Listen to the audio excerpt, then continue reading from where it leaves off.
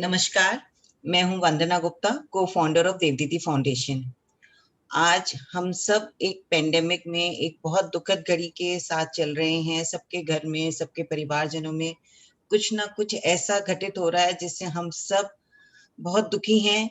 लेकिन आज हमें इस बात की खुशी है कि देवदीदी फाउंडेशन के जरिए से हमने 2 वेंटिलेटर्स विमेंस में डोनेट कर पाए हैं और सब आप सबकी श्रद्धा से, आप सबके संयोजन से हमने ये काम किया, पूर्ण किया है और हमारा आगे भी मन है कि हम और भी दें। तो प्लीज आगे आइए देवदीदी फाउंडेशन के साथ। बूंद बूंद से घड़ा भरता है और हम सब अगर ह्यूमैनिटी की दिशा में चलेंगे तो शायद हम इस पेंडेमिक से सेल आउट कर पाएंगे। और जैसा कि आप जानते ही हमारे प्रियजन, हमारे डॉक्टर्स, बहुत सब लोग हमें छोड़ छोड़ के जा रहे हैं बिकॉज ऑफ दिस। और हमारा ये जो आज का बुक क्लब का सेशन है, ये हमारे अंदर एक पॉजिटिव थॉट लाएगा, ये इस बात की उम्मीद करती हूँ। और इस सेशन को आगे ले जाने के लिए आशिमा जी को इनवाइट करती हूँ कि आशिमा जी आइए और सर 21 से 30 तक का सिनॉप्सिस आज पेश कर रही हैं Ashima ji. So welcome Ashima ji. Thank you Sapna Vandana जी। आज मैं 21 से 30 सर्ग तक का वाल्मीकि रामायण का साइनॉप्सिस करूंगी, लेकिन उससे पहले मैं आपके साथ कुछ शेयर करना चाहूंगी, क्योंकि हमने हमेशा यही सुनते हैं कि जो हमारी इंडियन माइथोलॉजी है उसको लोग, बाहर के जो विदेशी लोग हैं वो यही सोचते हैं कि शायद ये एक भ्रम है, एक्चुअल में कुछ नहीं है। लेकिन अभी क्योंकि हम चित्रकूट का जो साइनोप्सिस है वो कर रहे हैं, तो मैंने एक दो चीजें चित्रकूट के बारे में रिसर्च करी, तो वो मैं आप लोगों से शेयर करना चाहूंगी। तो इसमें ये है कि जैसे चित्रकूट में आजकल जो राम जी हैं अपनी कुटिया बनाकर वहां पर्णकुटी में रह रहे हैं और लक्ष्मण और सीता जी भी उनके साथ रह रहे हैं। तो इस प्रकार जो है अभी भी हमें चित्रकूट में वो सारे अवशेष मिल रहे हैं, सारे प्रूफ हमें मिल रहे हैं, जिससे हमें पता चलता है कि ये एक्चुअल था, ना कि ये एक मिथ है। तो इसमें अभी भी जो है वहां पर जहां पर भरत और राम जी मिले थे आपस में, जहाँ पर भरत मिलन हुआ था, वो जगह अभी भी वहां पर है। और सीता जी और कौशल्या माता और सारी माताएं मिलती हैं, तो उसका अभी भी उन्होंने वहां पर स्थान सुरक्षित किया हुआ है। इसके अलावा जो भरत जी जब अयोध्या से आते हैं राम को राजा बनाने के लिए, तो वो अपने साथ सारी नदियों का जल लेकर आते हैं। तो वो भरत, जब रामचंद्र जी मना कर देते हैं कि पहले मैं अपना वनवास पूरा करूंगा, उसके बाद मैं राजा बनूंगा, तो वो जो जल लाए हैं वो वहां पर एक कुएं में डाल देते हैं। तो वो भरत कूप के नाम से आज भी वहां पर है। इसी तरह जो हमारे सप्त ऋषि हैं, वो वहां पर अत्रि और सती अनसुईया की जो कुटिया है वो भी अभी वहां पर है, जिन्होंने की सीता माता को दिव्य आभूषण और दिव्य वस्त्र दिए थे, जो कभी भी खराब नहीं होते थे। और उन्होंने बोला था कि ये सती होने का मतलब अपने पति के अस्तित्व के का भी एक पार्ट है। इसलिए उन्होंने कहा था कि स्त्री को हमेशा अपने पति के लिए श्रृंगार करके रहना चाहिए। तो इस प्रकार उन्होंने क्या किया, उसके लिए उनको वस्त्र दिए जो कभी खराब नहीं होते थे और दिव्य आभूषण दिए उन्होंने। तो इसी प्रकार जो है बहुत सारे अवशेष, जो लक्ष्मण जी जहाँ रहते थे वो वाली चट्टान भी है, जहाँ पर बैठकर राम जी सीता जी का श्रृंगार किया करते थे, वो वाली चट्टान भी अभी तक हमने सुरक्षित करके रखी हुई है। तो इस प्रकार ये मैंने आपको इसलिए बताया क्योंकि हम चित्रकूट की कथा कर रहे हैं। इस प्रकार चित्रकूट के बारे में जो वर्णन आता है उसके बारे में हम अभी भी, वो 120 किलोमीटर का एरिया है चित्रकूट में, जिसमें ये सारी चीजें हमें आज भी देखने को मिलती हैं और लोग उसको देखने के लिए जाते भी हैं। एक गुप्त गोदावरी भी है जहाँ पर लक्ष्मण जी ने राक्षस को मारा था सीता को बचाने के लिए। वो सारी जगहें सुरक्षित हैं। तो इस प्रकार चलिए आज का मैं सिनॉप्सिस स्टार्ट करती हूँ। तो लास्ट सेशन में हमने किया था कि शूर्पणखा फिर से, जब उसके 14 राक्षस मारे जाते हैं, 14 राक्षसों के मारे जाने के बाद फिर से शूर्पणखा जो है अपने भाई के पास वापस जाती है रोते रोते। तो वो पूछते हैं कि जब उनको पृथ्वी पर पड़ा हुआ देखते हैं, तो खर कहता है क्रोध से कि मैंने तो तुम्हारे साथ शूरवीर राक्षसों को भेजा था और उन्हें इस पर उनको इसलिए भेजा था ताकि वो श्री रामचंद्र जी का वध कर सकें, और जिन्होंने की तुम्हारा ये हाल किया है। तो उन्होंने फिर से और फिर तुम किस लिए रो रही हो? वो राक्षस तो मेरे भक्त हैं, मेरा हित चाहने वाले हैं, शूरवीर हैं, उनको कोई भी नहीं मार सकता। तुम तो हा नाथ करती हुई सर्प की तरह पृथ्वी पर लौट रही हो। इस तरह विलाप क्यों कर रही हो? घबराहट छोड़ो और मुझे बताओ कि क्या हुआ है। इस पर शूर्पणखा बोलती है कि जब मैं पहली बार खून की धारा में नहाकर आई थी, तब तुमने जो 14 राक्षस शूल और पट्टिश लिए हुए और शस्त्रों के साथ वहां भेजे थे, उन्हें तो राम जी ने एक बार में ही अपने मर्म वेदी बाणों से मार दिया। उनके क्षण भर में वो धाराशायी हो गई। उसके कारण जब वो इतनी जल्दी सारे एक वीर मनुष्य ने ही उनको 14 राक्षसों को मार दिया, तो मैं बहुत डर गई। तो राक्षस राज, यदि तुम्हें उन राक्षस पर दया आती है, उनको उकसाती है, शूर्पणखा खर को उकसा रही है कि तुम जाओ और श्री राम का वध करो, तो वो कहती है कि यदि तुम्हें उन राक्षसों पर दया आती है तो तुम उन्हें मार डालो, मैं तो तुम्हारी शरण में आई हूँ। क्योंकि दंडकारण्य वन में रहने वाले श्री राम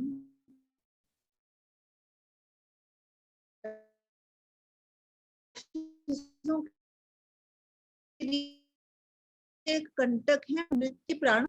मैं बार देखती हूँ कि तुम राम के सामने युद्ध में कहीं भी नहीं ठहर सकते। तुम्हारा पराक्रम तो बिल्कुल झूठा है। राम जी बहुत वीर हैं, तुम में शौर्य है ही नहीं। इसलिए राम लक्ष्मण तो मनुष्य होकर भी उन्होंने 14 राक्षसों को एक साथ मार दिया। तो तुम पराक्रम शून्य राक्षस हो, तुम्हें तो यहाँ रहने का कोई मतलब ही नहीं है। इस प्रकार विलाप करते करते राक्षसी फिर वहीं मूर्छित हो जाती है और रोने लगती है।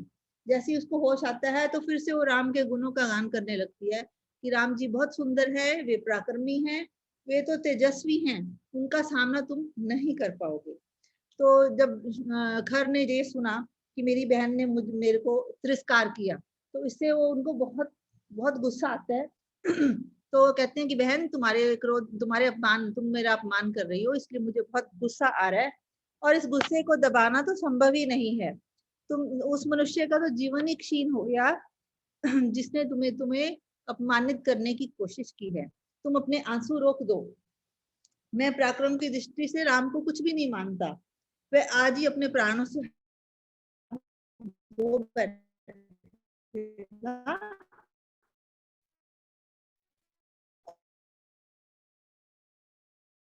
मैं उन्हें यमलोक में भेज दूंगा, इस प्रकार दूंगा। सुनकर राम की बजाय इसकी प्रशंसा करनी शुरू कर दी। तो उन्होंने कहा कि तुम तो भयंकर बेगशाली राक्षस हो, मेघों के समान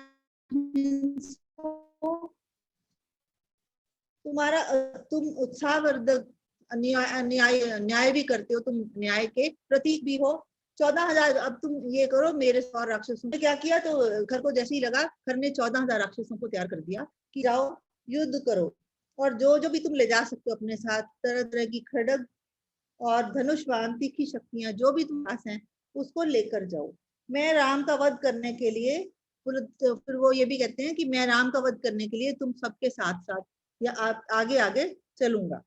इस प्रकार दूषण ने क्या किया, सोने के उसने अपना रथ मंगवाया, जो कि सोने के समान चितकबरे रंग के अच्छे घोड़ों से जुता हुआ। तो वो प्रकाशमान रूप का एक विशाल रथ था, वो वहां पहुंच गया। वो मेरू पर्वत के समान ऊंचा भी था, बहुत विशाल था वो, सोने के थे। उसकी सजावट के लिए सोने के जो फल और वृक्ष उसपे बने हुए थे। इसी प्रकार वहां पर चंद्रमा, सूर्य, बहुत सजावट वाला रथ था जिसपे सूर्य, चंद्रमा, पक्षी आदि सब बने हुए थे। रथ के भीतर अस्त्र शस्त्र रखे हुए थे। छोटी छोटी घंटियों से सजा उत्तम रथ घोड़ों से जुता हुआ, और उस रथ पर वो राक्षस राज बैठ गए और विशाल सेना के साथ दूषण से कहा, दूषण को भी साथ ले चलिए आगे बढ़ो, और कूच की, जैसे उसने कहा उसने आज्ञा दी, तो वो कूच की आज्ञा प्राप्त करके भयानक गर्ज, तो इस प्रकार जो है हाथ में शूल, खड़ग, तुम्र, चक्र, फरसे, शक्ति, धनुष, गदा और मुसल, मतलब जितने भी वो शस्त्र थे उन्होंने अपने साथ रखे। तो सारथी ने के पूछने वाले घोड़े भी साथ हाँका। खर को बहुत गुस्सा आ रहा था, उसका स्वर बहुत ही कठोर था। वह यमराज की भांति भयानक भी लग रहा था। रथ करता हुआ पूर्ण दिशाओं को गुंजाता हुआ आगे बढ़ रहा था और शत्रु का वध कर ऐसा लग रहा था कि ओलों की वर्षा करने वाला मेघ जैसे बड़े बड़े जैसे वो है बड़े बड़े मेघ गर्जना करते, उसी प्रकार यह महाबली उच्च स्वर में सिंहनाद करते हुए रथ को हाँकता हुआ आगे आगे चल रहा था। तो उस सेना के प्रस्थान करते ही एक जब जैसी उस सेना ने प्रस्थान किया तो उनके कुछ बुरे शगुन दिखाई देने लगे। तो उनके उसके साथ क्या हुआ, आकाश में महाभयंकर घटाएं गिर रही थी। सैनिकों के ऊपर अमंगल सूचक जल की वर्षा हुई। वेगशाली घोड़े चलते चलते गिर पड़े और सूर्यमंडल के चारों ओर एक काला घेरा बन गया, जो कि अपशगुन का प्रतीक था। इसी प्रकार जो खर की ध्वजा है, खर के जो रथ की ध्वजा थी, उसके आसपास गीद, भयंकर गीद आकर बैठ गया, क्योंकि गीद को हम अभी भी अपशकुन की नजर से देखते हैं। और पशु पक्षी विकृत स्वर में बोलने लगे। भयंकर मेघ जो गजराज के समान दिखाई देते थे घिर आए। असमय ही वहां पर काली घटा छा गई। ऐसा लग रहा था कि वो जल की जगह क्या करेंगे, रक्त प्रवाह करेंगे। उन्होंने पूरे आकाश को ढक लिया। दिशाओं और कोनों को स्पष्ट रूप से पता ही नहीं चल रहा था। इतना भयानक था कि काली घटा हो गई, जिससे कि किसी भी दिशा का कोई भी पता नहीं चल पा रहा था। खून के समान संध्या प्रकट हो गई और भयंकर पशु गर्जना करने लगे। सूर्य के पास कटे हुए सर के धड़ दिखाई देने लगे और जो जुगनू है, जैसे जुगनू रात में आते हैं, लेकिन वो बिना रात के ही वहां पर मंडराने लगे। वृक्षों के फूल फल झड़ गए, वन की सारिकाएं चैं चैं करने लगी, धरती डोलने लगी और खर डर गया। उसका जो स्वर था वो रुक गया, थोड़ा अवरुद्ध हो गया। उसकी आंखों में भी आंसू आने लगे, उसके सिर में भी एक दर्द होने लगा। लेकिन भयंकर गीदड़ राक्षसों के लिए भैरवनाद करते हुए सब और एक अपशकुन की दृष्टि छा गई। और एक बार तो जो है खर भी बहुत जोर से डर गया। तो धीरे धीरे इस प्रकार जो है मछलियां जो है सर से जल विहीन हो गई और पृथ्वी पर गिरने लगी।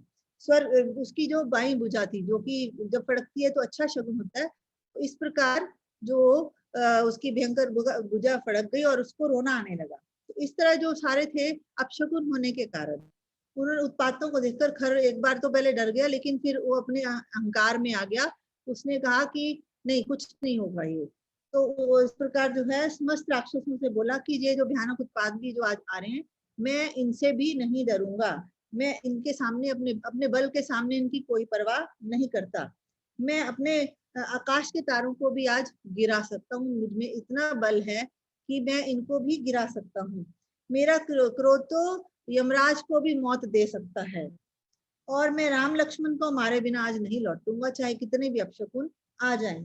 किसी युद्ध में मैं आज नहीं हारा, तो मैं आज भी हार कर नहीं, जीत कर आऊंगा। मैं तो इंद्र को भी रणभूमि में हराने की एक योग्यता रखता हूँ।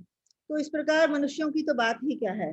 राक्षस खर की गर्जना से जब उनके सेनापति ने या उनके मुखिया ने उनको इस प्रकार की बातें करी, तो वो सब बड़े उत्साह से भर गए और उधर ये देखने लगे कि देवता और किन्नर गंधर्व भी इकट्ठे हो गए कि देखते हैं आज किस प्रकार का युद्ध होता है। सब अपने अपने विमान में बैठकर आ गए। तो देवताओं की एक बहुत मंगल सूचक थी, तो उन्होंने विमान पर बैठकर राक्षसों की विशाल सेना को वो आकाश मार्ग से ही निहारने लगे। खर रथ में बैठकर सारी सेना के आगे आ गया। अब वो उनका जो है आगे से आगे चल रहा था और सेना उनके पीछे पीछे चल रही थी। सेना का जो संगठन है इस प्रकार किया गया था कि 12 महाप्रक्रमी राक्षस उन दोनों की ओर साथ साथ चलने लगे। 4 राक्षस वीर सेना के आगे चले और खर के पीछे ये अत्यंत दारुण सेना, बहुत बड़ी सेना राम लक्ष्मण के पास जा पहुंची और जो कि युद्ध की अभिलाषा से वहां पर इकट्ठा हो रहे थे। तो इस प्रकार जो है प्रचंड प्रक्रमी जो खर था, बहुत ही ज्यादा शूरवीर भी था। प्रचंड पराक्रमी खर राम के आश्रम के पास पहुंच गया। भयानक उत्पातों को देखकर श्री राम लक्ष्मण से बोलते हैं, उनको भी इसी प्रकार के लक्षण दिखाई देते हैं राम जी को, तो वो लक्ष्मण से बोलते हैं कि आकाश में जो अमंगलकारी सूचक घटनाएं हो रही हैं, बादल छा रहे हैं, उससे उन्हें देखकर मेरे सारे जो बाण हैं, सारे मेरे शस्त्र हैं, वो युद्ध करने के लिए आतुर हो रहे हैं। मेरा धनुष स्वयं ही चेतनशील प्रयत्नशील हो रहा है, जैसे मुझे युद्ध करना हो। और इसकी इनकी ओर दृष्टिपात करो, ये क्या देखो, जो ये सूचक अमंगल सूचक हो रहे हैं, ये राक्षसों की मृत्यु का कारण बनेंगे। तो ये सभी जो है राक्षसों के संहार के लिए आ रहे हैं। और आकाश में बादल प्रचंड गर्जना करते हुए रक्त की धाराएं बरसा रहे हैं। तो ये सब जो है वनचारी पक्षी जो बोल रहे हैं, उसमें राक्षसों के प्राण जो है संकट में पड़े हुए हैं। गरजते हुए राक्षस का घोर नाद सुनाई दे रहा है। ऐसा लग रहा है कि राक्षस जोर जोर से गर्जना कर रहे हैं। जब उनकी मृत्यु हो रही है तो वो जोर जोर से चिल्ला रहे हैं। और मेरी दाहिनी भुजा फड़क फड़क कर बता रही है कि कुछ देर में युद्ध होगा, लेकिन तुम्हारा जो फेस है वो इतना चमक रहा है, जिससे मुझे ये आभास हो रहा है कि इस युद्ध में हम ही जीतेंगे, शत्रु की पराजय होगी। तुम्हारा कांति जो मुख है बहुत कांति में और प्रसन्नचित दिखाई दे रहा है। इसका सूचक है कि इसलिए क्योंकि हमें आपत्ति आने की उम्मीद पूरी पूरी है, इसलिए आपत्ति की आशंका होने से पहले ही हमें क्या करना चाहिए, अपना प्रबंध कर लेना चाहिए। इसलिए तुम क्या करो, सीता की रक्षा करने के लिए तुम सीता को लेकर एक गुफा में चले जाओ, ताकि वो राक्षस सीता का कुछ ना बिगाड़ पाए। तो इस प्रकार जो है राम जी को उम्मीद नहीं होती कि लक्ष्मण मान जाएंगे, लेकिन लक्ष्मण जी जैसे कहते हैं कि मान जाते हैं। लेकिन राम जी ये भी कहते हैं कि तुम बलवान हो, तुम बलवान भी हो, शूरवीर भी हो, लेकिन आज तो इस पूरी सेना का विशाल सेना का वध मैं ही करना चाहूंगा। इस ऐसा कहने पर श्री राम के कहने से श्री लक्ष्मण जी सीता को लेकर पर्वत की एक कुंदरा में चले जाते हैं। और राम जी बड़े प्रसन्न होते हैं कि आज लक्ष्मण ने एक ही बार में मेरी बात मान ली। और उन्होंने राम जी ने इसके बाद क्या किया, अपनी युद्ध की तैयारी शुरू कर दी। तो उन्होंने सबसे पहले क्या किया, कवच धारण कर लिया और हाथ में जो है धनुष बाण लेकर वो युद्ध के लिए तैयार हो गए। जैसे वो राक्षसों को देखते हैं खड़े हुए खर को, तो वो अपने युद्ध के लिए तैयार हो जाते हैं। तो सभी महर्षि सिद्ध महात्मा ये देखने लगते हैं कि किस प्रकार चक्रधारी भगवान विष्णु, जिस प्रकार चक्रधारी भगवान विष्णु जो युद्ध के लिए तैयार होते हैं, उसी प्रकार आज श्री राम निशाचरों को कैसे परास्त करेंगे, उनको कैसे हराएंगे। तो एक बार तो वो श्री राम को खड़े होते देखते हैं, तो एक बार डर जाते हैं कि श्री राम अकेले हैं, तो वो इतनी बड़ी सेना का सामना कैसे करेंगे। लेकिन जल्दी ही उनको समझ आता है कि यह तो श्री राम तो बहुत शूरवीर हैं और उनके सबसे बड़ी बात वो धर्म के लिए युद्ध कर रहे हैं।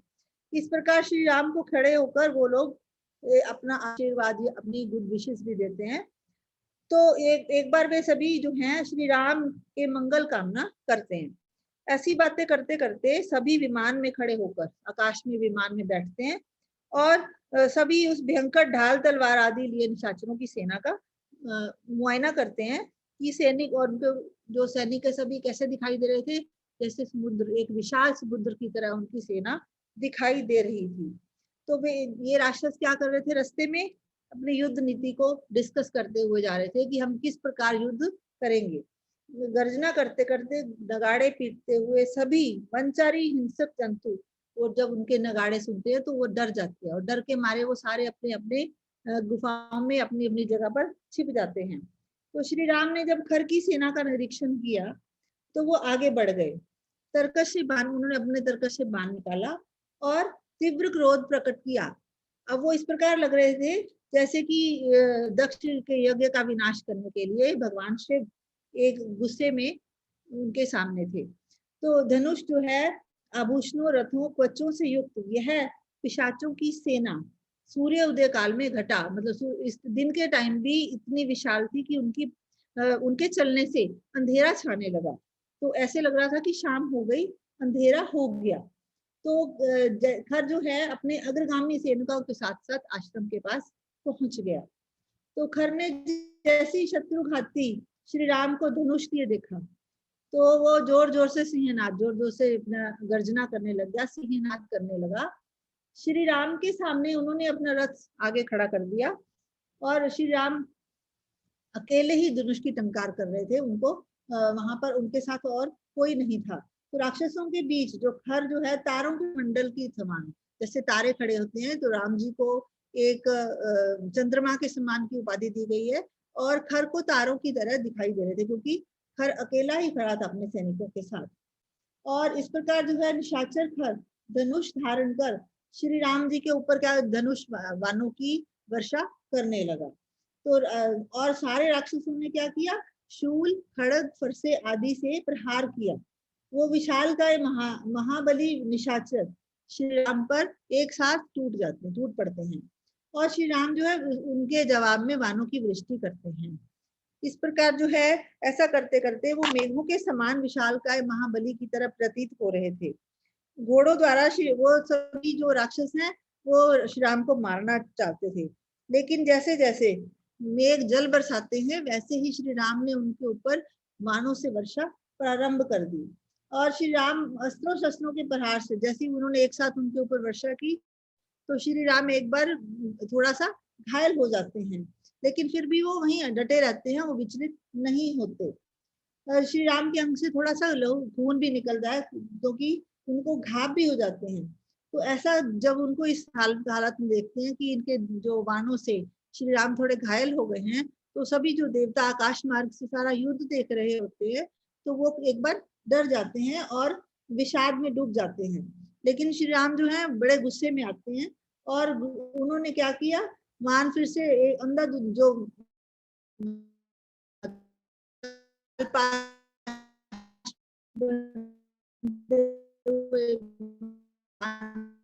को छोड़ने शुरू कर, और इस प्रकार मारे जाने लगे। और जैसे ही उनके प्रत्यंचा से वानों ने सारथियों, राम जी ने क्या किया, सभी घोड़ों को, घुड़सवारों को और सारथियों को एक ही साथ सभी को मार दिया। और राक्षस सेना भयंकर निशाचर फिर से उनके जवाब में सारी राक्षस सेना जो है श्री राम के ऊपर फिर से अटैक करने लगती है, और अटैक करते करते श्री राम के ऊपर चारों तरफ से वो लोग फिर से बाणों की वर्षा करना शुरू करते हैं। लेकिन प्रक्रमी राम जो क्या करते हैं, रणभूमि में अपने उनके सारे शस्त्रों को काट देते हैं और उनके गले काट देते हैं, और धनुष के कट जाने से वो वृक्षों की भांति जब सारे राक्षस मर जाते हैं, जमीन पर उनके शव बिखरे पड़े होते हैं, और राक्षस जो खुले बालों के साथ जो है पृथ्वी पर गिरते हैं, और एक महाभयंकर घमासान युद्ध भी वहां पर दिखाई देता है।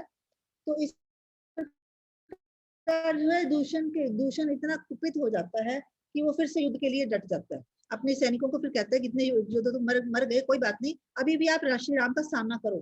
तो इस प्रकार वो फिर से जब उनके अस्त्र शस्त्र खत्म हो जाते हैं, तो पत्थरों से वृक्षों से श्री राम के ऊपर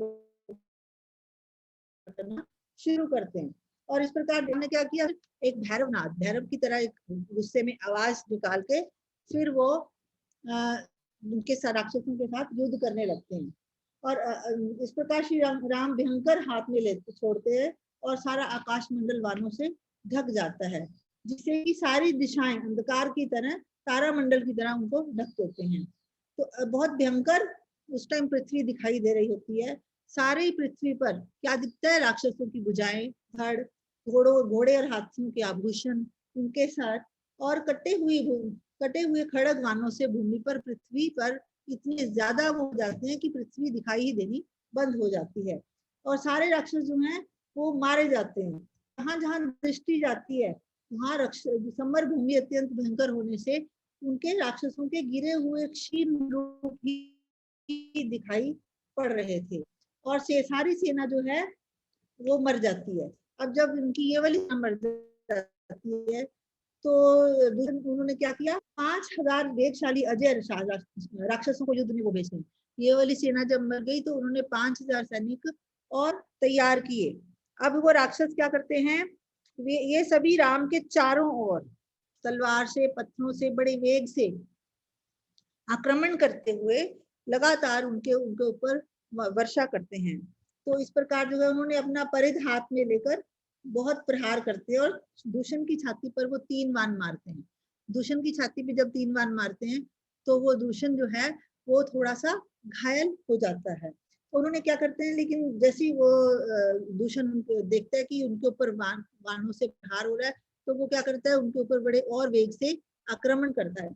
लेकिन अब उसी के जवाब में श्री राम क्या करते हैं, उसके जो धनुष जो भी उनके ऊपर शस्त्रों का प्रयोग करते हैं वो उनको काट देते हैं, जिससे वो श्री राम जो है दोनों दोनों हाथों से उसकी दोनों भुजाएं काट देते हैं। जैसे वो उनकी ओर बढ़ता है दूषण, तो वो उनकी दोनों भुजाओं को एक साथ काट देते हैं, जिससे वह पृथ्वी पर गिर जाता है और उसके जो शस्त्र है वो भी उसके साथ साथ पृथ्वी पर गिर जाते हैं। वो फिर जो उसकी सेना के जो आगे पीछे जो 3 राक्षस चल रहे होते हैं, तो स्थूलकाय राक्षस उनका उसमें से एक का नाम था स्थूलकाय, वो श्री राम के ऊपर टूटते हैं और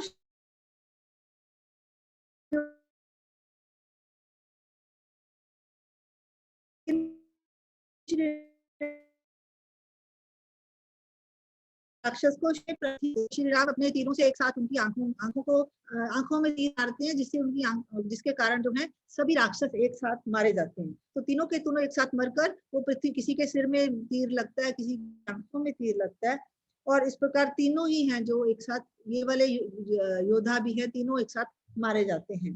तो उसके बाद वो जब मारे जाते हैं तो खर को और मर गया, उसके सारे सैनिक भी मर गए और 5000 रथ भी मर गए, और 3 जो उनके बहुत वीर योद्धा थे वो भी श्री राम को मार देते हैं। तो जो दूषण है उनको और गुस्सा आता है, खर को गुस्सा आता है, क्योंकि दूषण और क्रोधित हो जाते हैं, श्री राम पर धावा बोलो और उनका वध कर डालो, उनको उत्साहित कर।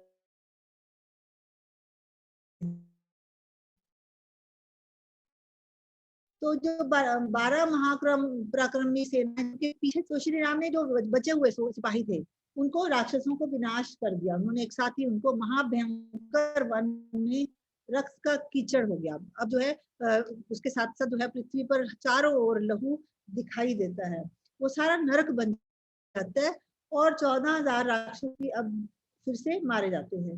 तो महारथी खरन, और अब जो त्रिशिरा, उसका एक और खर के साथ एक त्रिशिरा नाम का एक और राक्षस आता है, वो भी उनका एक बहुत ही शूरवीर होता है।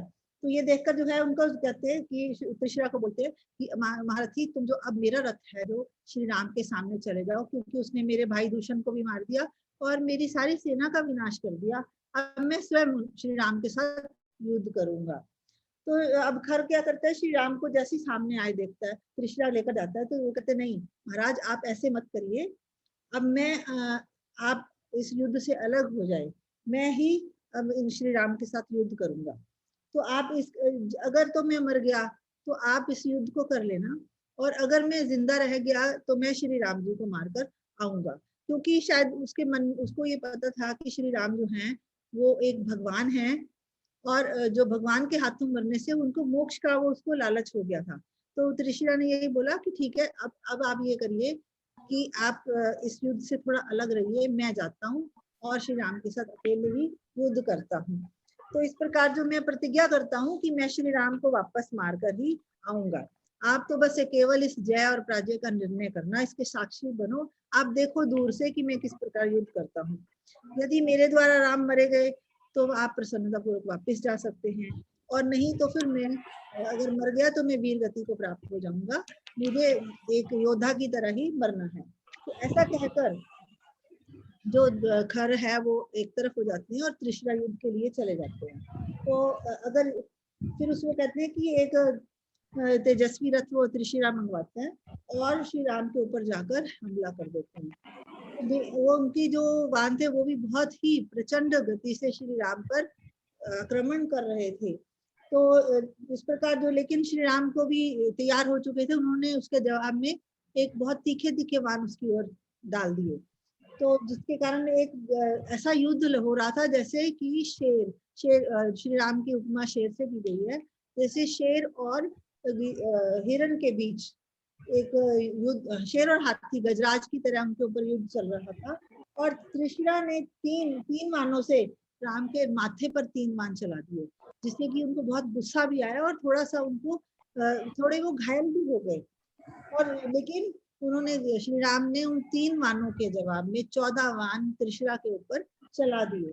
तो इस प्रकार जो है सबसे पहले उन्होंने क्या किया, सबसे पहले उनके घोड़ों को मार दिया। त्रिशरा के रथ के घोड़ों को 4 बाणों से मार गया है और 8 बाणों से उन्होंने उसके सारथी को मार दिया और 1 बाण उससे उन्होंने रथ की ध्वजा काट दी। और वह रथ जो जैसे उसको लगा त्रिशरा को कि उसका जो है रथ जो है टूट गया, सारथी और घोड़े भी मारे गए, तो वो युद्ध से कूदकर नीचे आ जाते हैं। और जो उन्होंने श्री राम के ऊपर एक बाण छोड़ता है, जिससे कि लेकिन श्री राम जो है एक साथ उनके त्रिशरा के ऊपर 2 बाण चलाते हैं, जिससे कि उनकी छाती भेदी जाती है और वह धाराशायी हो जाता है। तो इस प्रकार जो है त्रिशरा के साथ खर दूषण के साथ साथ अब त्रिशरा भी मारा जाता है और यह देखकर वो बहुत गुस्सा आता है उसके ओर। तो श्री राम ने बलशाली राक्षसों को, दूषण को, त्रिशरा को और सेना को सभी काल के गाल में भेज दिया। अब जैसे खर देखता है कि त्रिशरा भी मारा गया, खर भी मारा गया, सॉरी दूषण भी मारा गया और उसकी सारी सेना का भी नाश हो गया, तो वो उनको और ज्यादा गुस्सा आता है। तो वो क्या करते हैं, वो उदास, एक बार पहले तो वो उदास हो जाता है और डर भी जाता है कि अकेले श्री राम ने अगर ऐसा किया तो अब मेरी भी बारी आ सकती है। और लेकिन वो क्या करता है, श्री राम के ऊपर नारीच नाम का शस्त्र चला देता है। और लेकिन जैसे क्योंकि श्री राम जो है पहले से ही तैयार हो चुके होते हैं, तो वो लेकिन वो क्या करता है, अलग अलग अपने पैंतरे दिखाता है श्री राम के ऊपर, जमीन पे खड़ा होकर उनके साथ युद्ध कर रहा होता है। और सारी मस्त वो भी जैसे श्री राम बाण चलाते हैं, तो वो भी उसके जवाब में बहुत ज्यादा बाणों से उसके ऊपर हमला कर रहा होता है। चिंगारियों के समान वो आकाश को ढक देता है। और लेकिन श्री राम खर ने क्या किया, श्री राम पर नाली नराज और सभी शस्त्रों से मारना शुरू कर दिया। अब खर क्या करता है, उस समय रथ में बैठे हुए राक्षस खर को यमराज के समान देखते हैं और श्री राम को उनको ऐसा लगता है कि श्री राम अब थक चुके हैं, इतनी देर से युद्ध कर रहे हैं, इसलिए वो थक गए होंगे। लेकिन श्री राम डरे हुए नहीं थे। उन्होंने अपने विशाल रथ के साथ श्री राम जो है, जो खर है श्री राम के सामने फिर से पहुंचता है और वो जोर जोर से उनके ऊपर बाण चलाता है। लेकिन श्री राम क्या करते हैं, धनुष पर प्रत्यंता चढ़ाते हैं और जहां पर जो अगस्त्य ऋषि जो उनको धनुष बाण देते हैं, उससे वो बाण चलाकर उसके ऊपर बाणों की बारिश शुरू कर देते हैं, जिससे कि उसका पूरा का पूरा भयंकर खर जो है 4 बाण चलाते हैं खर के ऊपर, जिससे वो घायल हो जाता है। उसके बाद वो फिर से 6 बाण चलाते हैं उनके ऊपर और उस राक्षस को वो 13 बाण चलाते हैं। 1 बाण से रथ को काटते हैं, 4 से घोड़ों को, 6 से सारथी को मारते हैं और 12वां बाण होता है उससे वो खर के धनुष को ही काट देते हैं। अब 13वां बाण से खर को घायल कर देते हैं और वह जैसे ही वो खड़ा होता है, वो गदा लेकर आगे बढ़ता है और वो उसी टाइम देवता और महर्षि भी प्रसन्न हो जाते हैं और श्री राम की बहुत ही प्रशंसा कर रहे हैं। तो खर को जैसे ही वो, लेकिन खर जो इतना वीर होता है वो अभी भी अपनी हार नहीं मानता। वो फिर से आगे आता है गदा लेकर और श्री राम से कहता है, श्री राम जी उससे कहते हैं, निशाचर, जो तूने क्रूरता पूरे कार्य किए हैं, अब उसके सामने तू ईश्वर से भी नहीं बच सकता। श्री राम उसको चेतावनी देते हैं कि तूने बहुत ही गलत काम किए, ऋषि मुनियों को भी मारा तुम लोगों ने और बहुत ही क्रूरतापूर्ण पाप कर्म किए हैं और उसका जवाब देने का टाइम अब आ गया है।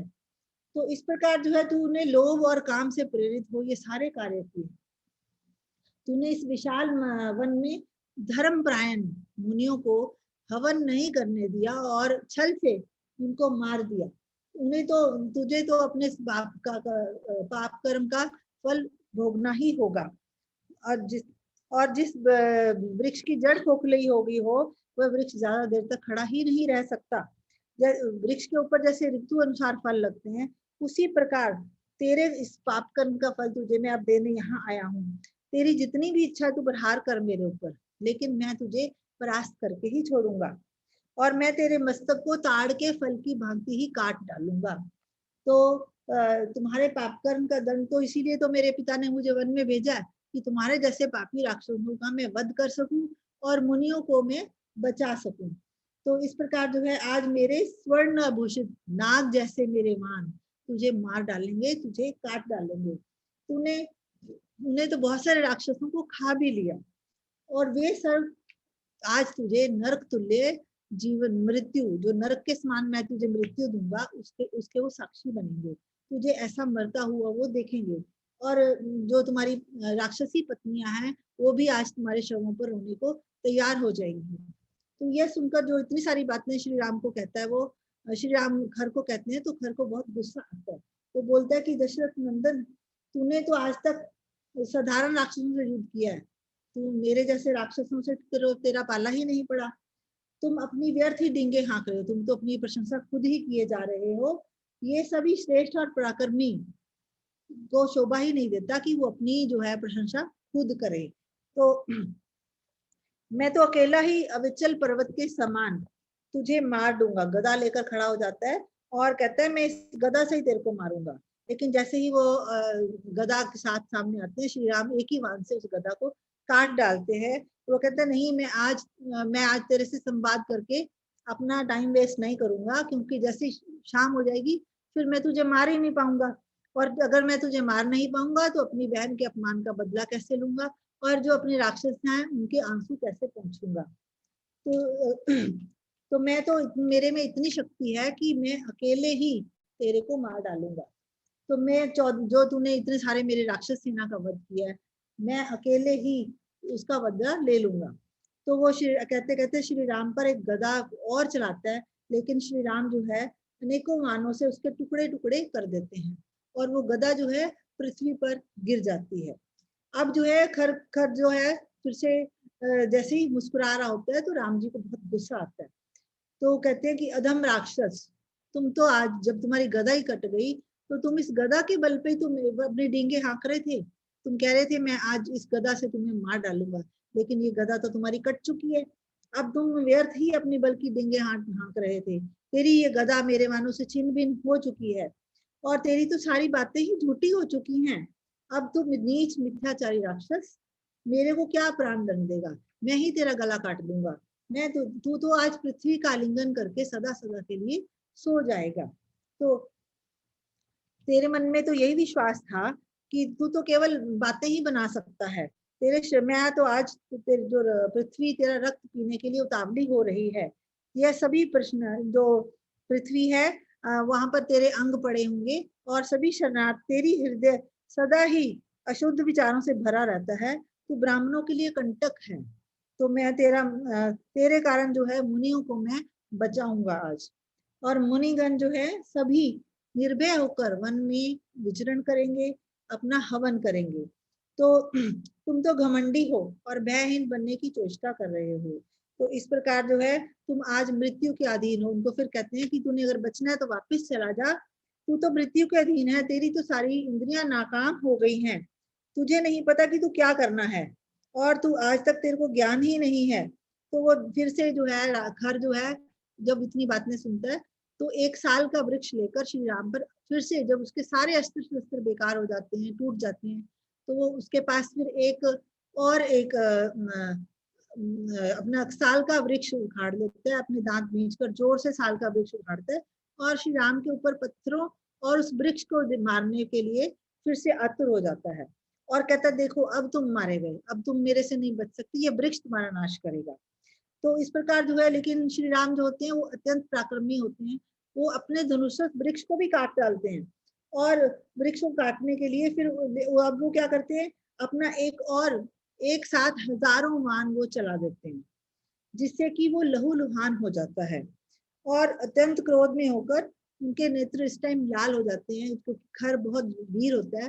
तो जब जैसे ही वो खर की दशा देखते हैं तो उनको बहुत गुस्सा आता है और वो एक साथ बहुत सारे बाण चला देते हैं और वो श्री राम जो है फिर से एक बार खर को लक्ष्य बनाते हैं और उस बाण से निशाचर को मारकर वो पृथ्वी पर गिर जाता है और धाराशाही वो हो जाता है।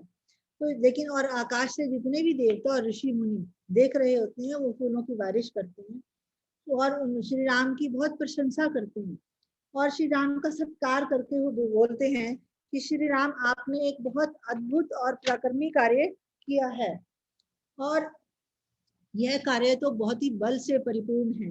आपने इसी इतने में क्या होता है कि जो लक्ष्मण है, जैसे ही वो सारे राक्षस मारे जाते हैं, लक्ष्मण जी जो है सीता को कंधरा से वापस लेकर आते हैं।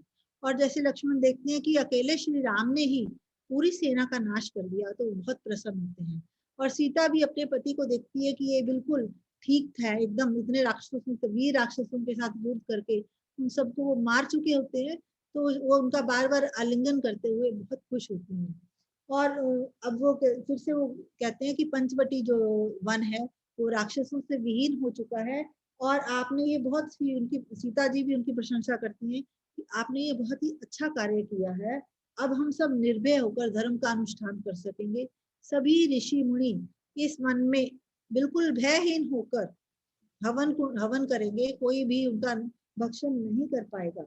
और अब ऐसी सारे इस प्रकार अनेकों मुनि उनकी प्रशंसा कर रहे थे। और श्री जनक नंदिनी सीता के साथ लक्ष्मण और श्री राम वहां पर विराजमान थे। तो इस प्रकार ये आज हमारा 30 सर्ग तक का कंप्लीट हो गया। यहाँ पर खर और दूषण का वध हो चुका, और अब रावण, नेक्स्ट वाले एपिसोड में रावण का कांड शुरू होगा। Thank you Ashima, thank you so much. अच्छा, अब और कोई कुछ कहना चाहता है before I start with a little of what I have written? Vandana दी, you want to share something? नहीं भाभी, कैरी ऑन। एक तो आशिमा जी, आपका विवरण बहुत अच्छा था, बट आज मेरे ख्याल से आपकी बैंडविड्थ बहुत कम है, तो बीच में बहुत लैग आ रहा था। अच्छा, हाँ, तो उसका वो नेट स्टार्टिंग में थोड़ा ज्यादा बट आइंदा से ना जरा हम पोजीशन चेंज करके भी देख सकते हैं लैपटॉप की। अच्छा, क्योंकि मैं आप फोन कर रहे थे, मैं बीच में नहीं उठा पा रही थी। हाँ, मैं इसीलिए करी थी कि थोड़ा सा लैपटॉप की पोजीशन चेंज कर लो, शायद नेटवर्क अच्छा आ जाए। तो बीच में भाभी, मेरे को काफी नहीं समझ में तो आ रहा है क्योंकि पढ़ा हुआ है, लेकिन जैसे लैग हो रही थी ना आवाज, तो मजा नहीं आ रहा था इतना। चलिए भाभी, आप सिनॉप्सिस का कुछ बोलना चाह रहे हैं? मैंने नोट्स लिखे थे, आशिमा ने बहुत कुछ कवर कर दिया है। I am not going to repeat all that, makes no sense. Let me start from where Ashima has ended. हमने देखा कि यहाँ पे दूषण का पहले वध हुआ, फिर त्रिशिरा का हुआ, 14,000 पहले 14 राक्षस, उसके बाद 14,000 राक्षस, सबके साथ वध हो गए। एक अकेले निहत्ते राम, निहत्ते मतलब शस्त्र थे पर रथ नहीं था उनके पास, बिल्कुल बिल्कुल पैदल चल रहे थे और अपने शस्त्रों और अस्त्रों के साथ अकेले इतने सब लोगों का वध कर पाए। कैसे कर पाए? It's very shocking. अगर आप बैटल फील्ड को विजुअलाइज करो और विजुअलाइज करो कि एक तरफ आर्मी है, एक पूरी आर्मी है, और जब आप इनके अस्त्रों और शस्त्रों का विवरण पढ़ेंगे ना, वॉट एवर इमेजिनेबल शस्त्र उनके पास है, यानी उस जमाने में उस तरीके के फैक्ट्रियां होती थी, उस तरीके के लोहे के सारे अस्त्र बनते थे जिनसे वो सब सैनिकों के पास थे। और यहाँ पे है एक अकेले श्री राम, उनके पास वो अस्त्र हैं, वो शस्त्र हैं, दिव्यास्त्र हैं जो उनको ऋषियों ने दिए हैं, और वो बिल्कुल सूक्ष्म रूप में उनके पास रहते थे। वो मंत्र को इन्वोक करते थे, वो अस्त्र आ जाता था, वो शस्त्र आ जाता था, उसे वो यूज कर लेते थे। अब आप विजुअलाइज करो कि कैसे होता होगा। अगर आप लोग कोई फॉलो कर रहे हैं इजराइल और पैलेस्टीन का जो चल रहा है, हमास का और इजराइल का जो वॉर चल रहा है, यहाँ से रॉकेट्स जाए जा रहे हैं, हमास वाले दागे जा रहे हैं, वहां से इजराइल जिसके पास पूरा स्टेट माइट है, वो उनको 90% हमास के रॉकेट्स को मिड एयर में खत्म कर देता है। बिल्कुल वैसे ही श्री राम ने, क्योंकि अब हम विजुअलाइज कर सकते हैं, अगर किसी ने वो विजुअल देखा है, नहीं देखा है तो वो वीडियो देखिए, हमास और इजराइल का जो अभी हो रहा है, जिसे वो लोग कॉन्फ्लिक्ट बोलते हैं, वो फुल स्केल वॉर है। तो उसी तरीके से 90% ऑफ जो भी हमास का है वो इजराइल वहीं पे काउंटर एक्ट कर देता है और अपनी धरती पे गिरने नहीं देता। इसी तरीके से श्री राम ने उस समय वो इन्वोक करके, वो जो अस्त्र थे, वो जो उनके पास दिव्य अस्त्र थे, अगर आज से 200 साल पहले अगर कोई कहता कि इस तरीके से दो कंट्रीज लड़ेंगी और ऐसे ऐसे रॉकेट आगे जाएंगे, सब कहते बेवकूफ है, सब कहते हैं न जाने क्या है मैजिक, न जाने क्या सुपर नेचुरल चीज है। बिल्कुल वही है, जो टेक्नोलॉजी उस समय थी वो उतनी ज्यादा और एडवांस थी। हम लोगों को आज लगता है, जैसे हम ये पढ़ते हैं ना, तो लगता है कोई फेरी टेल है, किसी ने ऐसे ही लिख दिया होगा, पर वाल्मीकि जी ने जगह जगह पूरा विवरण दिया है, कितने बाण, किस तरीके के बाण, बाणों के डिफरेंट टाइप्स, कुछ गांठ वाले बाण हैं, कुछ सोने के पंख वाले बाण हैं, अलग अलग तरीके के बाण, अलग अलग तरीके के अस्त्र, अलग अलग तरीके के शस्त्र.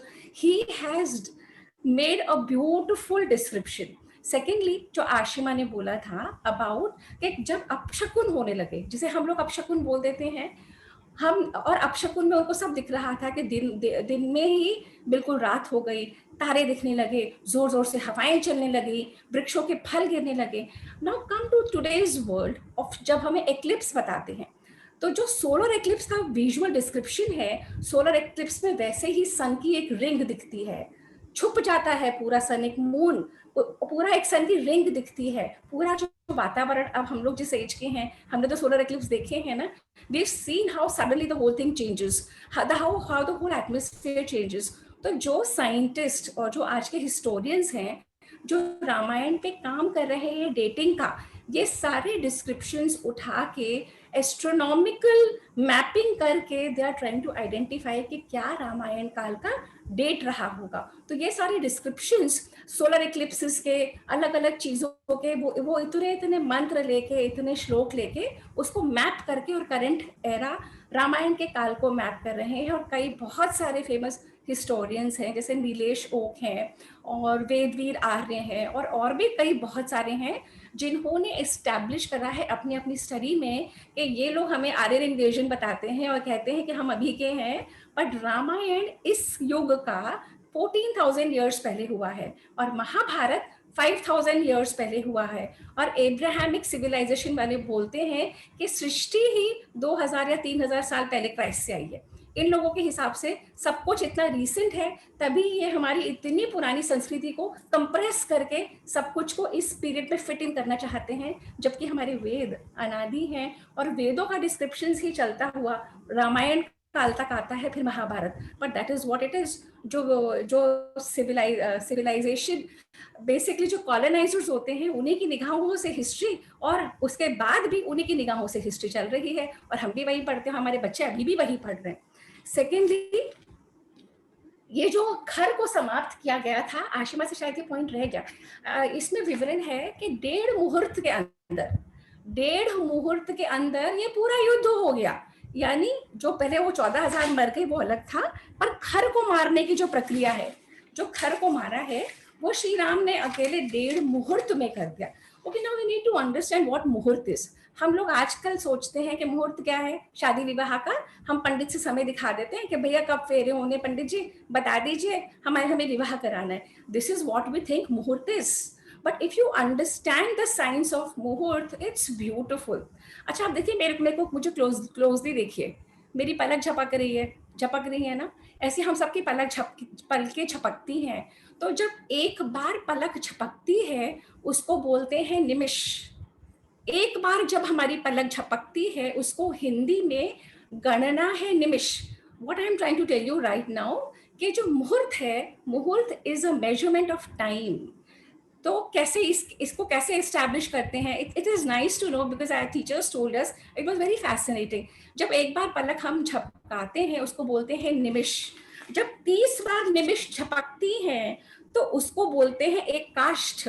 तो 30 टाइम्स जब निमिष झपकती हैं उसको बोलते हैं काष्ठ. जब 30 काष्ठ हो जाते हैं उसको बोलते हैं एक काल. और जब 30 काल हो जाते हैं तो वो बनता है एक मुहूर्त. तो इस तरीके से मुहूर्त की गणना है. और जब 30 मुहूर्त होते हैं तो वो एक डे और एक नाइट, जिसको हम 24 घंटे का बोलते हैं ना, हमारे शास्त्रों के अनुसार वो 30 मुहूर्तों का होता है. तो 1.5 घंटा अप्रोक्सीमेटली मुहूर्त का होता है.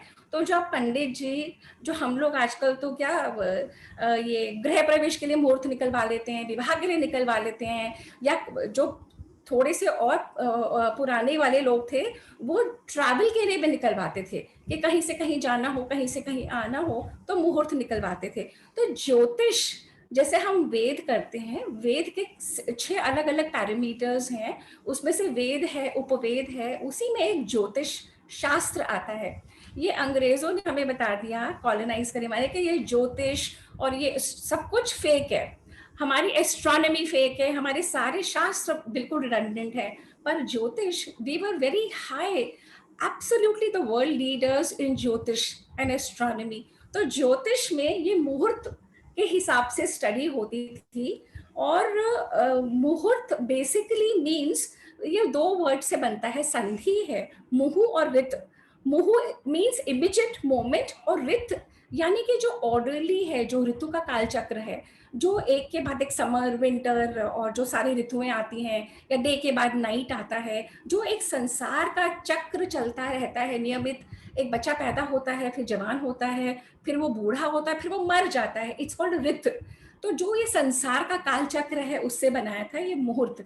तो 1.5 मुहूर्त के अंदर श्री राम ने अकेले ही इतना संहार कर दिया और खर को भी मार दिया। बार बार हमको ये समझना होता है, ये बार बार ये धर्म और अधर्म का युद्ध चलता रहता है, हर काल में चलता रहता है। क्यों? ये इसलिए कि जो वनों में बैठे हुए ऋषि तप में लगे हुए हैं, उनका किसी से भी कोई वैर नहीं है, वो अपने स्वाध्याय में लगे हैं, अपना कर्म कर रहे हैं। उनके जो कल्चर में रीति रिवाज हैं, उस पद्धति से वो हवन, यज्ञ, पूजा पाठ विधि विधान से करते हैं। परंतु जो निशाचर हैं, जो राक्षस प्रवृत्ति के हैं, या जो इनकी आइडियोलॉजीज को बिलीव नहीं करते, या जो जो जो इसको मानते नहीं, जो कहते हैं जो ये सब कुछ करते हैं वो खराब है, हमें नष्ट करना है। तो अगर हम इन्वेजन्स पे जाएं ना, जब मोहम्मद घोरी या मोहम्मद कासिम या गजनी, जब ये लोग आते थे भारत में, तो सबसे पहले हमारे मंदिरों पे आक्रमण करते थे, सबसे पहले, because they came from a different ideology, हमारी डिफरेंट आइडियोलॉजी। तो वो क्लैश ऑफ सिविलाइजेशंस में हमने अगर कुछ नहीं भी करा है, हमारे भारतवर्ष में अगर हमने कुछ नहीं भी करा, तब भी वो हम पे अटैक करते थे। हिस्ट्री हमें बताती है कि ये लोग वेल्थ लूटने आते थे। That is not the complete truth. Wealth तो लेते ही थे, हमारी विमेन को ले जाते थे, बच्चों को ले जाते थे, स्लेव ट्रेड करते थे, स्लेव्स फॉर सेक्स के लिए ले जाते थे, बेचते थे। But the main thing was a civilisational attack. जैसे हमने देव असुर के संग्राम में उस समय देखते हैं, देव भी होते हैं, असुर भी होते हैं, वैसे ही ऋषि और राक्षस, ये हर काल में अलग अलग चीजें बदल जाती हैं, परंतु क्लैश ऑफ सिविलाइजेशंस होता है, तो ये चीजें होती रहती हैं, और बार बार निरंतर हमें धर्म को रिवाइव करना पड़ता है। अब यहाँ पे जब मैं अपने पॉइंट्स बना रही थी ना, अब हम लोगों ने देखा ये कोविड का टाइम है, हम लोगों ने देखा कि हम में से ही लोग ब्लैक मार्केटिंग कर रहे हैं, हम में से ही लोग ऑक्सीमीटर्स अगर 500 रुपए का है, 5-5 हजार का बेच रहे हैं। हम में से ही लोग ऑक्सीजन के सिलेंडर्स अगर वो 2,000-3,000 के हैं, 3 गुना, 4 गुना, 5 गुना, 10 गुना दाम, हम में से ही लोग ब्लैक मार्केटिंग, प्रॉफिटियरिंग, होर्डिंग सब कुछ कर रहे हैं। अगर ये जो हमें हिस्ट्री बोलते, इतिहास बोलते हैं, अगर ये हमारे बच्चों को पहले से ही सिखाई जाती और ये माइंड में बैठाया जाता कि अगर आप गलत करोगे आपका गलत होगा। हमारे शास्त्र बार बार बताते हैं, हिस्ट्री इतिहास ही है ना, ये सब कुछ हुआ था। आशिमा ने पहले बताया, चित्रकूट में सब कुछ मिल गया। जब सब कुछ मिल रहा है एक छोटी सी जगह, all over India, all over Asia, all over the world हमारे फुटप्रिंट्स मिलते जा रहे हैं, पर धर्म खो गया।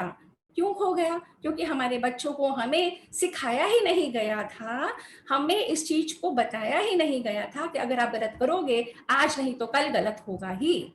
छोटे मोटे रूप में बताया जाता है, पर जब एक बच्चे की अपब्रिंगिंग हो रही होती है, जो वो पहले गुरुकुल में जाके पढ़ता था, उस तरीके की अपब्रिंगिंग में जब वो बार बार निरंतर बात बताई जाती है, तो वो बैठ जाती है। जब ऐसी विपत्ति आती है, वो क्राइसिस आती है, तो ह्यूमन बीइंग एक दूसरे को काटने के लिए, मारने के लिए नहीं जाते कि सब कुछ मैं ही ले लूं, दूसरे को ना दूं। क्योंकि अगर आज मैं किसी के साथ अनिष्ट कर रहा हूं, कर रही हूं, कल मेरे साथ होगा। ये हमारे इतिहास बार बार हमें ये बात बताते हैं, अलग अलग कहानियों के माध्यम से, अलग अलग विवरणों के माध्यम से। ये खर के भी अगर हम डायलॉग सुने ना, खर ने, एक सेकंड, मैंने लिखा काफी कुछ था परंतु इसने कवर कर लिया। एक बहुत सुंदर परिभाषा आती है, हम कह तो देते हैं काम, लोभ, मोह, मद, माया, सारी वर्ड्स हो जाते हैं हमारे लिए। We don't understand exactly what kaam means. काम कई लोग सेक्सुअल डिजायर्स को बोल देते हैं, बट काम इज नॉट दैट।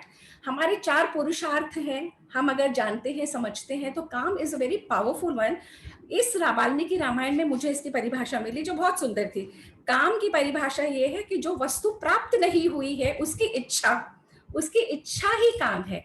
अगर मेरे पास एक साड़ी है और मैं बाजार गई और मैंने कोई दूसरी साड़ी देख ली और उसकी इच्छा मेरे मन में बन गई, that desire is so strong कि मुझे वो लानी ही है। जब तक मैं उसे ले नहीं आती, जब तक मैं उसे प्राप्त नहीं कर लेती, जब तक मैं अलमारी में नहीं रख लेती, मेरी वो डिजायर मुझे जीने नहीं देती। दैट इज कॉल्ड काम। तो काम इज कि जो वस्तु प्राप्त नहीं हुई, और लोभ है कि जो प्राप्त हो चुकी उसकी और अधिक ले आऊं। एक साड़ी तो ले आई, उससे मेरा मन भरा नहीं, बिकॉज डिजायर तो तब तक की थी जब तक वो चीज मिली नहीं। वो मिल गई, वो अलमारी में आ गई, वो लग गई। ज्वेलरी भी मैंने एक बनाई, 10 बनाई, वो जब तक नहीं मिलती तब तक जीवन में हाय हाय हाय, और जब मिल गई तो वो नेक्स्ट स्टेज आ जाती अब और। तो दैट इज कॉल्ड लोभ। ये भी मुझे वाल्मीकि रामायण से ही मिला। प्राप्त हुई वस्तु को और अधिक संख्या में पाने की इच्छा, लोभ। और काम और लोभ से प्रेरित हम जब कर्म करते चले जाते हैं without thinking of consequences, without thinking कि ये जो मैं एक्शन कर रहा हूं इसके क्या कॉन्सिक्वेंसेस हो सकते हैं। जो हम बच्चों को करा रहे हैं ना वंदना दी बार बार पंचतंत्र की स्टोरीज, एग्जैक्टली वही। अगर हमें और हमसे बड़े भी अगर इससे जुड़े रहते और हमें ये रिपीटेडली कराया जाता, हमारे घरों में भी, हमारे स्कूल्स में भी, हमारे वातावरण में भी, तो डेफिनेटली वो इम्प्रिंट यहाँ पे पड़ता है। जब कोई एक्चुअल एक्सपीरियंस आता है, एक्चुअल हमें कहीं कर्म करना पड़ता है, तब हम अवेयर हो जाते हैं कि मैं किस डायरेक्शन पे जा रही हूँ, इसका क्या असर हो सकता है। अब तो कोई है ही नहीं, किसी भी तरह से हम सब चले जा रहे हैं। एंड कैन यू इमेजिन, जो हम करंट कोविड क्राइसिस में देख रहे हैं, हम वही देख रहे हैं, सब अपने अपने धर्म से छूट गए हैं। एक व्यापारी का क्या धर्म होना चाहिए, एक नागरिक का, एक फ्रूट बेचने वाले का, एक हर एक का अपना अपना धर्म पे जब सब टिके रहते थे तो वो राम राज्य होता था। अब जब नहीं टिकते हैं हम लोग, तो जो हमारे साथ हो रहा है वही हो रहा है। अब जैसे ये इसमें एक विवरण आया है कि क्रूर पुरुष का ऐश्वर्य टिकता नहीं, खर के बारे में बता रहे हैं कि जो क्रूर है। अब आप ये देखो, I am talking about Bill Gates now. Bill Gates has done such good work, हमें सभी यही बताया गया। Highest philanthropy he has done. उसने at the peak of his career Microsoft को छोड़ के he went totally into philanthropy. अब जो रोज रिपोर्ट्स आ रही हैं, जब से उसकी वाइफ ने डिवोर्स लिया है, रिपोर्ट्स आ रही हैं कि उसका किसी से के साथ अफेयर था, सेक्सुअल अफेयर था। अब आ रही है कि वो वैक्सीन में भी इन्वॉल्व है। अब आ रही है कि वो ये कोरोना के जो वुहान में लैब है वहां पे भी इन्वॉल्व है। तो कहने का ये मतलब है, अगर हमें कुछ यश मिला भी है, अगर वो गलत तरीके से यश मिला है तो बहुत टेम्पररी है, वो टिकेगा नहीं, वो तुरंत चला जाएगा। वो तुरंत एक सेकंड, 10 मिनट भी हो सकते हैं, 10 साल भी हो सकते हैं, हमारे मरने के बाद भी हो सकता है, मरने के 2-4 जनरेशन बाद भी हो सकता है, पर वो टिकेगा नहीं अगर हमारे कर्म ठीक नहीं है। अगर हमने गलत ढंग से कुछ भी नाम, यश, कर्म जो भी कुछ कमाया है, वो टिकेगा नहीं। Okay, so I think I have covered most of it. And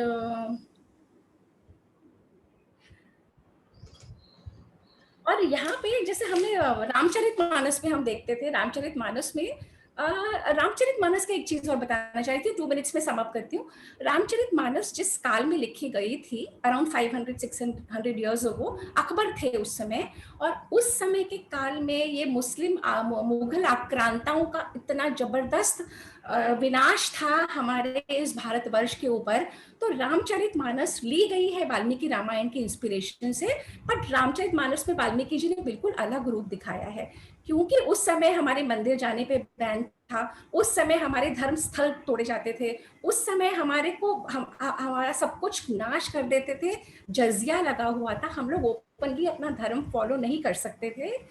Ramcharitmanas में तुलसीदास जी का मेन मकसद था, मेन एम था कि वो जो बुक में है राम, वाल्मीकि रामायण जो इस पोथी में है, वो हमारे हृदय में बैठ जाए। तो उन्होंने इसी तरीके से वो उसे बचा सकते थे, तो उन्होंने पूरे उसको भक्ति के काव्य में रामचरितमानस को टोटली भक्ति की ओरिएंटेशन में ले गए, जिससे कि उस समय के जो लोग थे उन्हें वाल्मीकि रामायण की जरूरत भी ना पड़े और वो उसी के ऊपर अपने आप को धर्मनिष्ठ होके भक्ति के भाव में अपने उस समय से निकल सके। तो we had a movement in history जब बहुत सारे भक्ति सेंट्स हुए थे।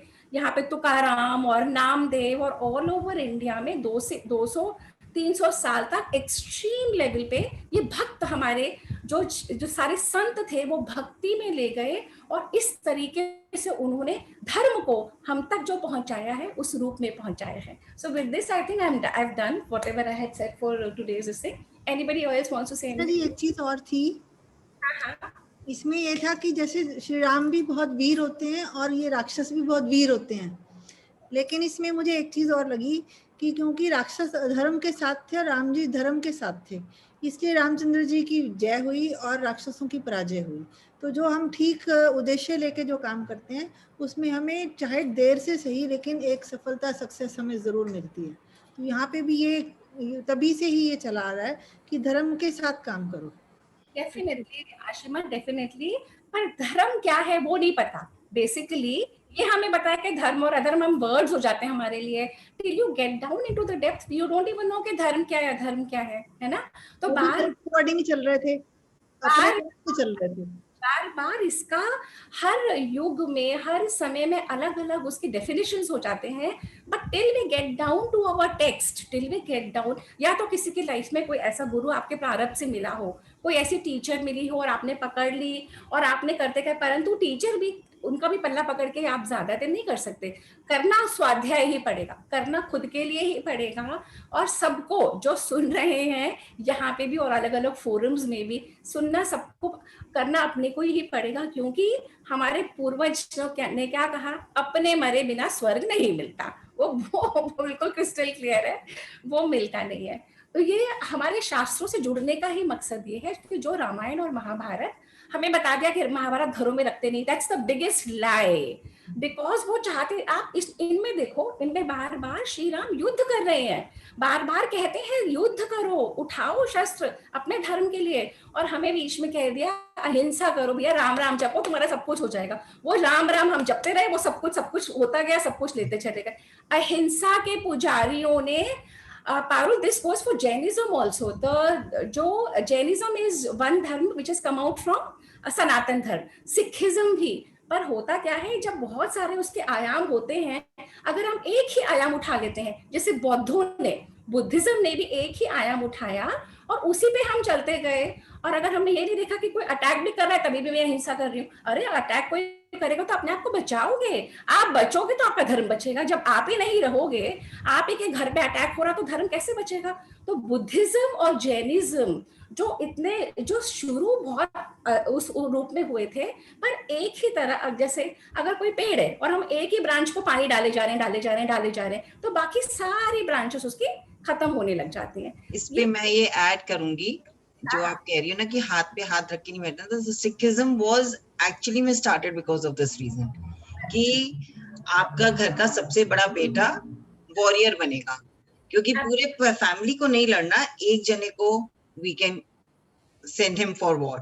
तो there is a beautiful book, भक्ति संत और जस्टिस, इलाहाबाद कोर्ट के जस्टिस हैं, उनका नाम अभी मेरे जहन में बुक नहीं दिख रही, मैंने यहीं रख दी है।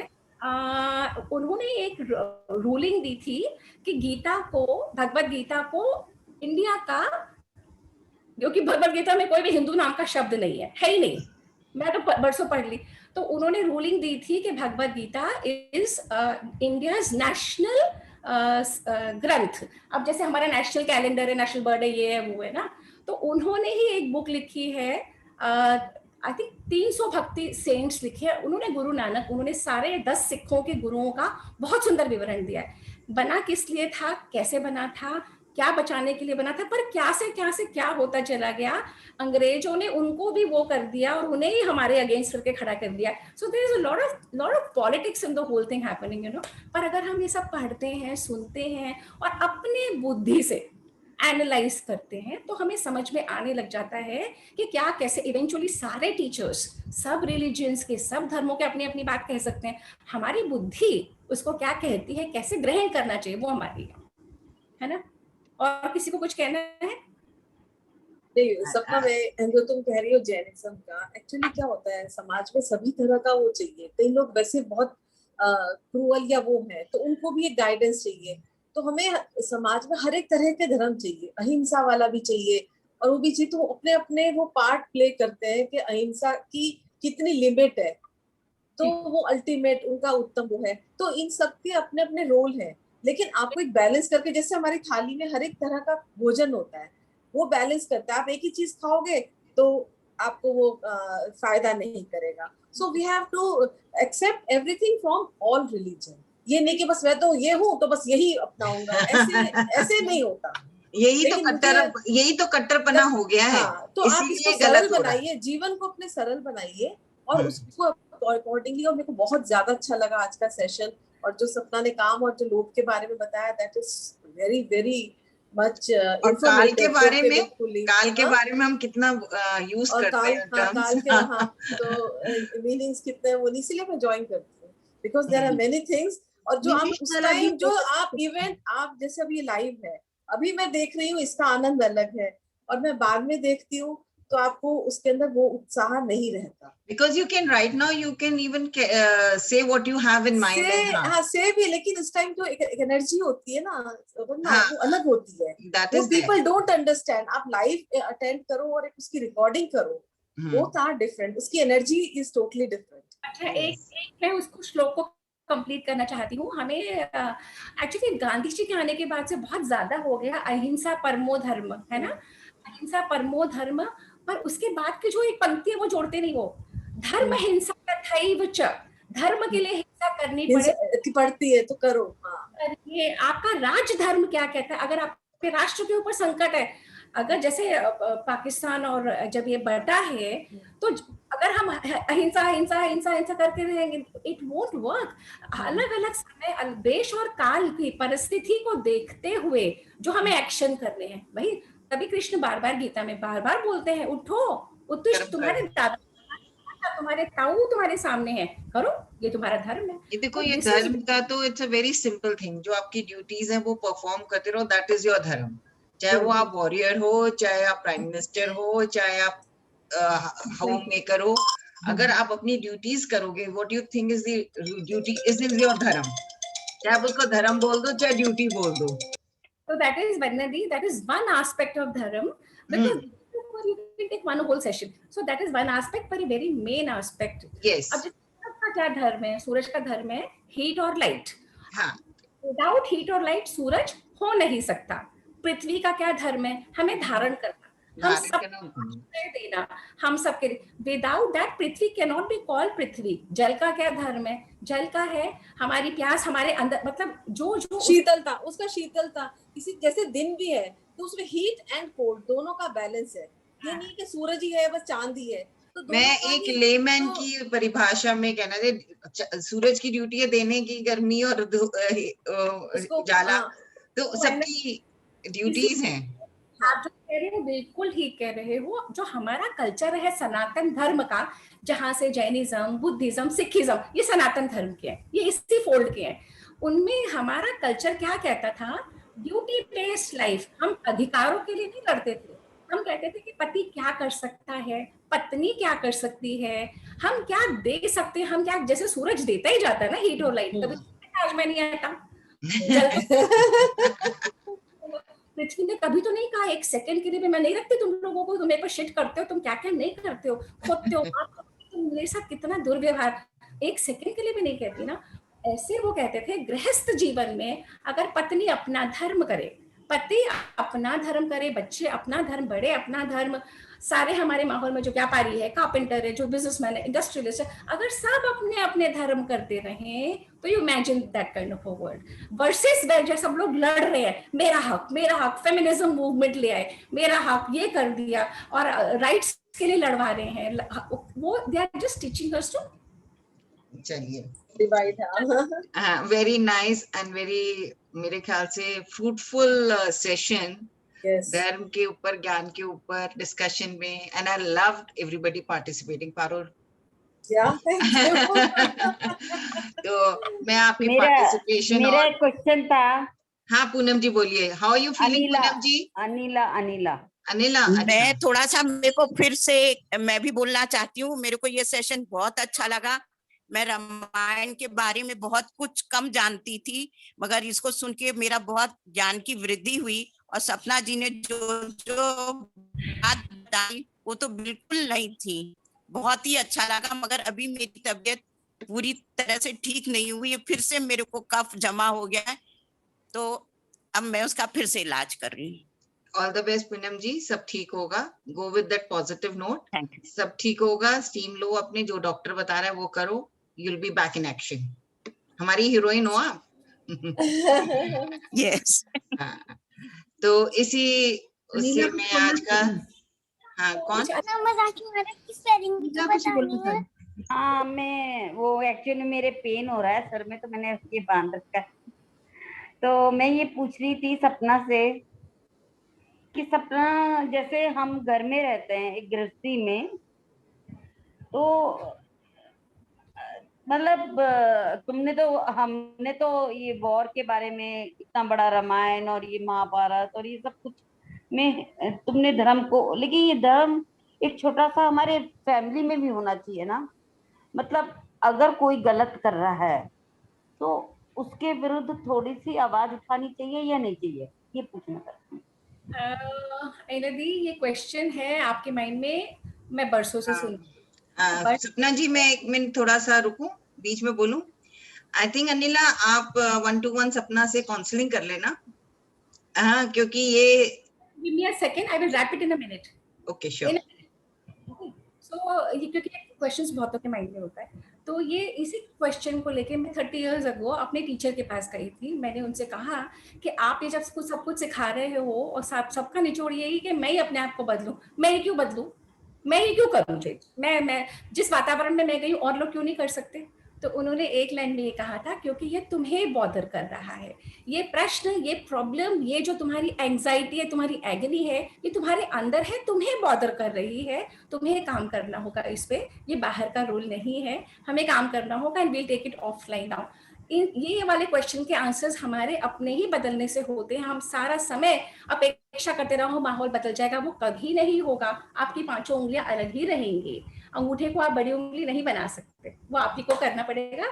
इसको एक्सेप्ट करना एज इज, वो हमारा नहीं, वो तो मैं कर रही हूँ ऐसा, मतलब फैमिली में। लेकिन मैंने आपसे सोचा कि पूछूं कि कभी कोई गलत रास्ते पे कोई मतलब हो रही है बात, तो उसको ठीक करना। फोन पे फोन, जब हम लाइन और बोल देती हूँ, जब हम किसी को ठीक, हम सोचते हैं हम ठीक कर रहे हैं। एग्जैक्टली। हमारी आवाज, हमारा तरीका, हमारी वॉल्यूम, हमने पहले उनको ग्रहण किया कि नहीं, उनको स्वीकारा कि नहीं, उनको पहले ही नेगेटिव एनर्जीज मिलती जा रही हैं, पहले ही मिल चुकी, वो अपनी वॉल बना के खड़े हो गए, जो मर्जी बोलते जाओ। अगर स्वीकार नहीं कर पाए तो हम उनके लिए कुछ नहीं कर सकते। चलो Vandana we can wind up now. तो वेरी नाइस। और मैं उम्मीद करती हूँ आज सपना ने बहुत ज्यादा स्वाध्याय पे बोला। प्लीज आप अपनी रीडिंग करके आओ, please just read it simply. आपको जरूरी नहीं आप ये सोचो कि हमारे में इतनी नॉलेज नहीं है जितनी सपना देती है, तो जरूरी नहीं है, किसी में भी इतनी नॉलेज नहीं हो सकती, हर का अपना अपना फील्ड है। तो बस पढ़ो अपने आप और सुनो, यहाँ पे कोई बात नहीं। धीरे धीरे 2-4 सेशन में आप कहोगे नहीं मुझे बोलना है। मैं शेयर करती हूँ एक्स्ट्रा करिकुलर नॉलेज, इसको क्या बोलते हैं, आउट ऑफ कोर्स। ये नहीं है ना, पर मैं आउट ऑफ कोर्स इनपुट्स ला रही हूँ। क्यों ला रही हूँ? थोड़ा सा इंटरेस्टिंग करने के लिए, थोड़ा सा गिव बैक करने के लिए। जो बरसों से अध्ययन करा है उसको मेरा तरीका है अपने गुरुओं का ऋण चुकाने के लिए, दैट्स ऑल। जो ग्रहण कर सके कर ले, तो वो और इंटरेस्ट आ जाए, तो कहीं किसी को चाह लग जाए, जैसे यहाँ पे वंदना दी को, आशिमा को, अंजू पंकज को, पूनम जी को लगी, अनिला दी को लगी, वैसे किसी और को चाह लग जाए, है ना।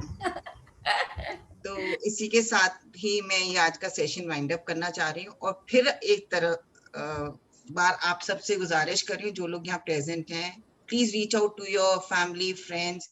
हम और वेंटिलेटर डोनेट करना चाहते हैं, हम और लोगों की हेल्प करना चाहते हैं। डोनेटिंग से हमारा अपना नाम कमाने का नहीं है, we are giving hope of life to people. This is what we can do from our end. देखो doctors are there trying their best, जो हम कर सकते हैं हमें करना चाहिए। और देवदीदी फाउंडेशन के इस ह्यूमैनिटेरियन नजरिए को आप पहचानिए, उसके साथ आगे बढ़िए, ये मेरी रिक्वेस्ट है सबसे। और सैटरडे का सेशन सबके लिए ओपन है, बच्चों के लिए नहीं, all kids, we are all kids. So see you on Saturday. नमस्कार।